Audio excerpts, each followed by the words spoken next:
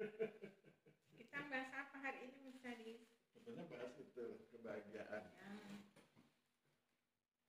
Bahagia dalam versi Mas Haris. Versi IPA lah. Kalau IPA sih versinya versi Ustaz. Apa itu versi Ustaz? Kalau versi Ustaz bahagia itu banyak. Apa Kalau itu? Mas bilang qanaah, Qanaah itu apa? merasa cukup. Kalau Ustaz Abdul Somad bahagia itu bilangnya itu itu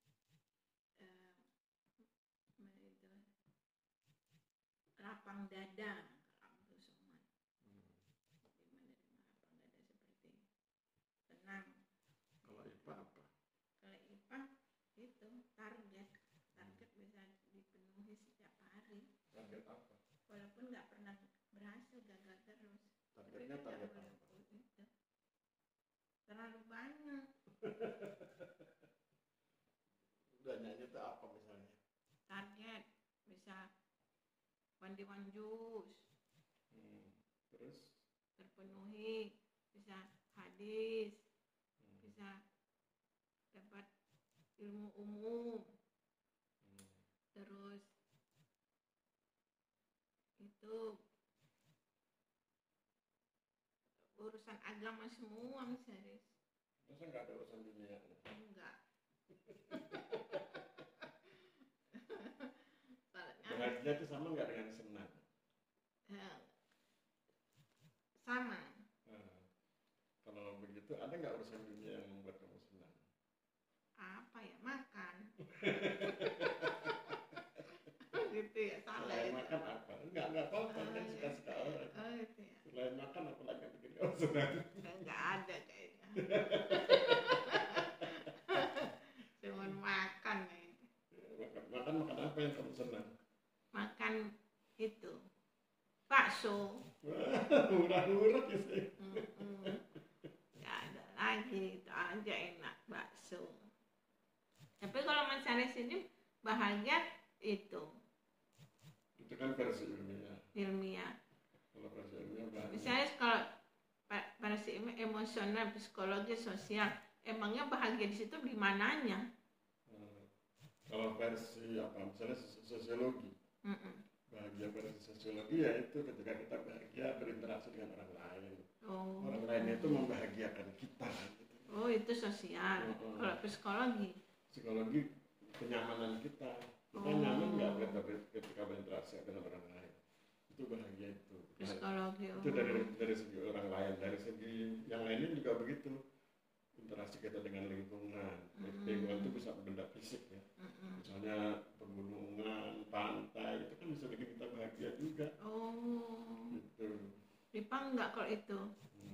Emosional misalnya? Emosional itu kemampuan kita mengendalikan diri. Itu bisa bahagia? Jadi kalau kita bisa mengendalikan diri itu kita bahagia. Di situ dong. Misalnya ketika ada serangan dari luar, kita dicaci maki. Tapi kita bisa mengendalikan, kita tetap bahagia walaupun dicaci maki gitu. Gitu. Ya. Masa kamu cuma makan? Iya, Ipa nggak ada yang lain. Ipa agak nggak suka banyak itu di pikiran Ipa.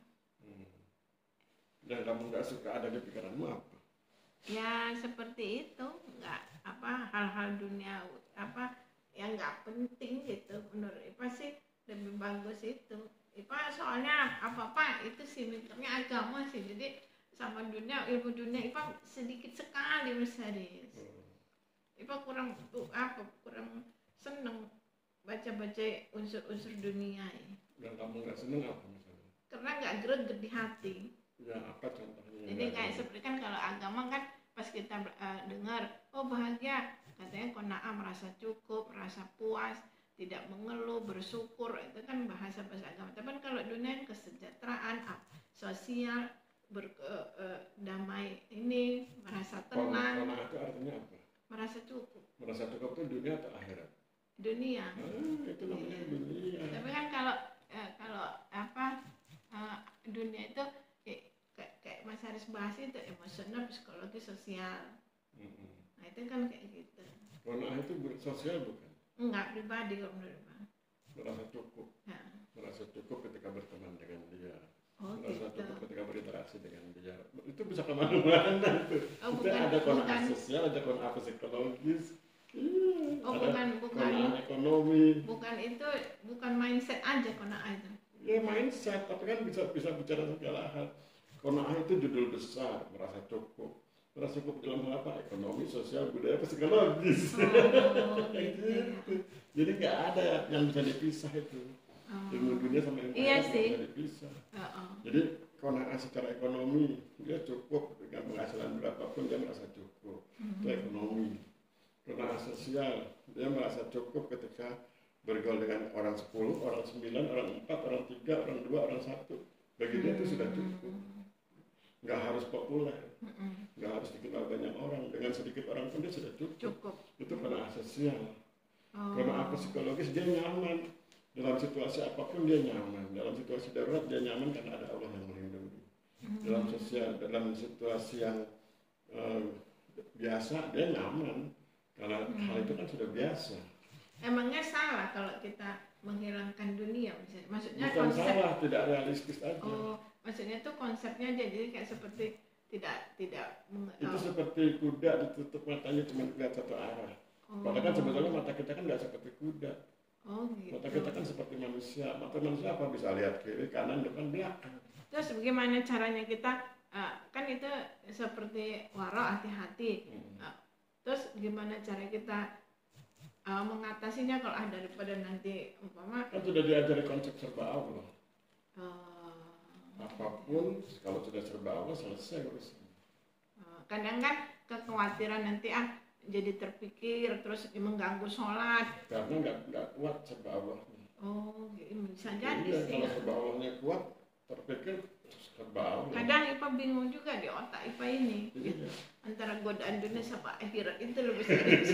Ipa juga stres mikirin kadang gitu. Makanya jangan dipisah. Tadi saya kasih contoh, kona'ah itu kan istilah agama. Tapi ketika dia kemudian dimaknai sebagai serba cukup, maka kemudian dia bisa diletakkan di banyak hal. Sosial, ekonomi, politik, budaya, ideologi.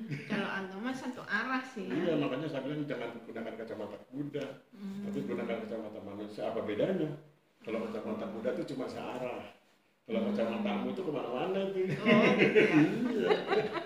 Kona'ah ideologi, kita cukup dengan ideologi Pancasila. Kona'ah ideologi. Kona'ah politik. Kita ingin, politik itu kan pengertiannya kan berkontribusi, bukan berkuasa, berkontribusi agar situasi kekuasaan tidak merusak peradaban misalnya. Iya. Nah, kita berkontribusi, misalnya ikut pemilu, ikut dan lain sebagainya, demokrasi. Itu termasuk lah Itu ya. kona'ah politik. Ya. Ipolek, kona'ah ekonomi, kan Ipolek Sosbud Hankam, ideologi politik ekonomi, kona'ah ekonomi. Kamu merasa cukup berapapun penghasilannya, penghasilan kemarin sekian rupiah cukup, penghasilan sekarang nggak naik nih, dicukupi, iya cukup, bisa buat tambah ini, bisa nambah yang dermawan ke dermawanan bisa ditambah. Kalau yang itu misalnya istilahnya bahagia lapang dada itu? Lapang dada itu kan penjelasan lain tentang bahagia. Oh. Itu sama-sama bahasa Indonesia. Oh. Kalau yang kona'ah itu kan pemaknaan. Pemaknaan. Oh, kok lapang dada ini lah ya. Oh, definisi. Definisi dengan makna beda. Kalau definisi itu kan cuma arti kata. Oh. Tapi kalau makna itu bagaimana konsep itu diletakkan di berbagai hal. Itu namanya makna. Oh, gitu. Maksudnya bahagia. Ketika diletakkan dalam konteks agama ada konsep kona'ah. Ketika kemudian konsep kona'ah diletakkan dalam interaksi dunia, itu bicaranya koleksi sebut hankam budaya. Terus kalau ada yang bilang kayak gini, bahagia itu bagaimana cara dia memandang sesuatu. Kalau dia pandang itu dunia, ya dia lebih ke dunia, itu salah maksudnya? Enggak, itu betul juga. Itu namanya perspektif. Oh, perspektif. Setiap orang berpikir sesuai perspektifnya. Bagi para pecinta dunia, dia akan berpikir dengan perspektif dunia. Para pecinta akhirat, dia akan berpikir dengan perspektif akhirat. Bagusnya itu ya disatukan gitu, dunia dan akhirat. Dunia itu dikelola, dimanage untuk kepentingan akhirat. Itu namanya perspektif dunia akhirat. Kalau cuma perspektif akhirat, dia nggak tahu cara nyarinya pahala, dia pengennya dapat pahala, tapi nggak tahu gimana cara nyarinya. Kan cara nyarinya di dunia, bukan di akhirat. Oh, iya juga ya. Pahala itu di akhirat, tapi mencarinya kan di dunia. Kalau kamu nggak ngerti cara mencarinya di dunia, kamu nggak akan dapat pahala di akhirat. Oh, iya juga sih. tapi kalau kita konsep akhirat itu penting juga ya. Makanya dua-duanya penting. Kan Rasulullah bilang begitu kan, kalau kamu cinta dunia, kalau kamu suka pada dunia, belajar ilmu dunia. Kalau kamu suka akhirat, belajar ilmu akhirat. Kalau kamu suka dua dunia, belajar ilmu dunia dan akhirat. Gitu. Kalau saya lebih senang yang diajarkan Rasul ya. Kuasai dua-duanya. Kuasai ilmu dunia, kuasai ilmu akhirat. Buat apa? Buat akhirat. Iya. Ilmu dunia itu buat akhirat, memanage dunia buat akhirat, nyari pahala di dunia, nyarinya di dunia, nanti panennya di akhirat. Oh, jadi nyambungnya gitu ya, dunia dan akhirat. Jadi nggak dipisah, dunia sendiri, akhirat sendiri, enggak. Kalau nggak disambung kan nggak nyambung. Kalau kamu cuma sibuk berpikir akhirat tapi nggak menguasai ilmu dunia, kamu nggak akan bisa dapat pahala. Karena semua buat diri sendiri ya. Kamu bilang saya pengen dapat pahala, caranya gimana? Nggak tahu nih caranya. Kan caranya di dunia. Berderma, mendirikan masjid, mendirikan rumah sakit itu kan di dunia. Harus tahu caranya kan. Bagaimana caranya berderma, bagaimana caranya mendirikan rumah sakit, bagaimana caranya membantu anak yatim itu kan ilmu dunia. Buat apa? Buat dapat pahala. Kapan panen di akhirat? Jadi nggak boleh dipisah dunia dan akhirat. Dan sebetulnya para ulama itu mengajarkan sesungguhnya seluruh ilmu yang ada di dunia ini adalah ilmu akhirat. Sebenarnya penting itu orang bahagia. Penting. Kan itu doanya penting. Bahagia di dunia dan akhirat. Kecuali kalau doanya ditanggung juga. Kecuali kalau tidak bahagia di dunia dan akhirat. Enggak sih. Rabbana atina fid dunya hasanah. Bahagia di dunia bahagia. Kadang kan kalau masuk ke konsep-konsep Islam itu kan kadang agak memang menurut Ibu itu sedikit membingungkan gitu. Makanya nasihat saya nggak boleh dipisah. Kan kalau kita bahagia kan senang, kayak memiliki semua.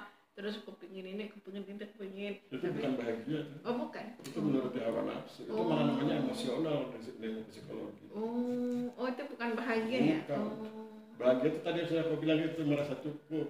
Merasa cukup. Qanaah itu lah ya. Kalau nggak qanaah nggak akan bahagia dia. Terus menyatukannya sama dunia itu ya kita harus bisa berinteraksi itu. Kalau bicara qanaah, tentang bicara merasa cukup itu bisa banyak hal. Polexo sebutkan ideologi, politik, ekonomi, sosial, budaya, pertahanan, keamanan. Merasa cukup. Dalam hal pertahanan, qanaah. Bangsa Indonesia merasa cukup punya TNI, Tentara Nasional Indonesia yang berjuang untuk menjaga wilayah dan bangsa Indonesia. Qanaah, merasa bisa cukup. Itu ya dimasukkan ya. Nggak bisa. Kalau secara psikologi yang tadi itu ya. Psikologi itu kan kenyamanan. Nyaman. Merasa cukup, merasa nyaman dengan segala situasi. Kita belum ngembang di Pak gitu. Ya. Baru agak nggak boleh dipisah kan? Iya, nggak boleh sih. Nah, makanya kalau ulama-ulama yang levelnya sudah tasawuf, dia bilang sesungguhnya seluruh ilmu di alam semesta ini ilmu akhirat. Iya sebenarnya. Ketika kamu ngomong gravitasi, itu ilmu dunia atau ilmu akhirat? Itu ilmu akhirat. Bagaimana caranya? Itu kan bicara tentang bahwa benda yang dilemparkan di atas akan jatuh ke bawah. Itu kan bicara tentang sunatullah, tentang kehendak Allah. Terus dunianya itu karena kita hidup di dunia ya bisa. Kita kan hidup di akhiratnya nanti. Makanya ada unsur dunia. Iya. Rasul dikirim kemana? Ke dunia. Ya. Kalau merasa cukup itu bukan mindset kita aja yang kita olah. Kita nggak mengeluh, kita bersyukur, kita nggak menuntut, bukan kita aja ya. Itu plus dunia. Tidak mengeluh, tidak menuntut, selalu bersyukur dalam hal dunia. Iya. Nah, karena kita masih hidup di dunia, nanti kalau sudah di akhirat ya kita laksanakan hal yang sama dalam konteks akhirat. Itu termasuk dunia lah itu ya. Semua ibadah kita kan dunia semua. Iya. Kamu sholatnya di mana? Iya sih ya. Di rumah, di masjid, di mana di dunia. Bagaimana dengan di akhirat? Nanti ada ketentuan yang lain. Biarlah Allah nanti yang menentukan. Tapi dalam konteks dunia itu yang harus kita lakukan. Sholatmu buat apa? Buat akhirat. Di mana? Di dunia. Iya. Ya. Oh gitu. Oke. Mas sekarang mulai paham. Jadi kalau bahagia dalam versi Islam apa tadi? Selain qanaah apa? Selain qanaah itu bersyukur, ikhlas, tawakal, gitu. Terus berlapang dada itu termasuk. Terus memandang konsep orang itu memandangnya konsep dunia atau konsep akhirat gitu. Kalau dia lebih condong ke akhirat, ya tandanya bahagianya hanya untuk akhirat gitu. Tapi dia kalau cara berpikir dia berpandangan dia dunia, ya bahagianya hanya untuk dunia. Kalau untuk dua-duanya gimana? Kalau untuk dua-duanya nggak dibahas, itu belum selesai. Dibahas, apa bilang nggak dibahas? Rasulullah bilangnya begitu kan. Rasulullah tuh mengajar kita bahagia di dunia dan di akhirat. Di dunia harus bahagia, di akhirat juga harus bahagia. Pengertian kata harus ini adalah cara kita mendorong diri kita mengerjakan sesuatu agar tercapai. Itu kata harus itu maknanya itu. Harus bahagia di dunia dan di akhirat, harusnya itu kita mengharuskan diri kita untuk mencapainya ya. Berjuang agar kita bisa bahagia di dunia dan bahagia di akhirat. Apa ukuran bahagia di dunia? Segala sesuatu pencapaian dunia yang tidak bertentangan dengan syariat. Oh, tidak bertentangan ya, itu bahagia. Segala sesuatu pencapaian dunia yang tidak bertentangan dengan akhirat. Mencari harta itu kan dunia, tapi tidak bertentangan dengan akhirat. Nggak boleh nyari harta dengan cara berjudi, nggak boleh nyari harta dengan merampok, nggak boleh nyari harta dengan korupsi. Terus kalau kita bahagianya kita banyak sekali target yang kita capai, akhirnya kita stres, itu nggak bahagia lah ya. Itu namanya hawa nafsu. Oh, termasuk itu hawa nafsu. Ketika kita membuat target yang terlalu walaupun banyak. Itu yang kita targetkan unsur-unsur kebaikan misalnya. Iya, kebaikan yang melampaui kemampuan itu namanya hawa nafsu. Oh, termasuk salah iya. itu. Misalnya gini, kamu punya kemampuan hanya membantu 10 anak yatim. Kamu hanya punya kemampuan membantu 10 anak yatim. Tapi kamu kemudian ingin membantu 1000 anak yatim. Itu namanya hawa nafsu. Ya kalau cuma punya kemampuan 10. Kalaupun nanti ditingkatkan bertahap. Dari 10 jadi 20, 30, 40 sampai lama-lama 1000. Kerja keras itu juga harus lihat kemampuan kita lah ya. Iya, kalau kerja keras nggak sesuai kemampuan mati. Gitu ya. Kamu hanya mampu mencangkul 1 hektar. Meski kamu jadi 5 hektar mati lah tuh. Gitu ya. Itu termasuk hawa nafsu lah ya. Ketidakmampuan mengendalikan diri itu berarti kelemahan dalam hal hawa nafsu. Walaupun itu unsurnya kebaikan ya, kerja keras gitu. Kerja keras yang melampaui batas kematian. Iya juga sih.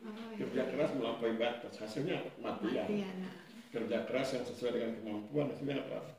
Hasil. Kalau kita merasa mampu misalnya, tapi ternyata kita nggak mampu, itu bodoh tuh ya. Bodoh. Merasa kan. Kita berjalan aja, kita sudah ngatur konsep ini jam ini segini, jam segini gitu. Tapi kendala kita lupa, ada kendala tapi tetap kita kerjakan. Akhirnya kan jadi terganggu. Kita memaksakan diri, saya bunga-bunga lah berusaha gitu, itu tetap salah lah ya. Makanya pakai skala prioritas. Skala mana yang prioritas. penting, mana yang tidak penting. Mana yang harus didahulukan, mana yang harus belakangan. Contoh, kamu pengen ke sholat, ke masjid, di tengah jalan ada orang kecelakaan. Bantu dulu yang kecelakaan karena itu berhubungan dengan nyawa. Baru pergi ke masjid ya. Itu dibantu sesuai kemampuan kita, entah itu dipanggilkan taksi, dipanggilkan ambulan, sudah dia berangkat sama ambulan, baru kamu sholat. Jangan kamu sholat dulu ya, dia sudah ngos-ngosan gitu. Itu tandanya ini itu ya. Kemampuan membedakan mana yang harus didahulukan, mana yang harus dibelakangkan. Jadi apa dari prioritas ya? Prioritas. Harus ada lah ya. Makin cerdas seseorang, makin cepat dia mengambil keputusan untuk memilih mana yang dahulu, mana yang belakang. Oke, aja. Sudah ada yuk.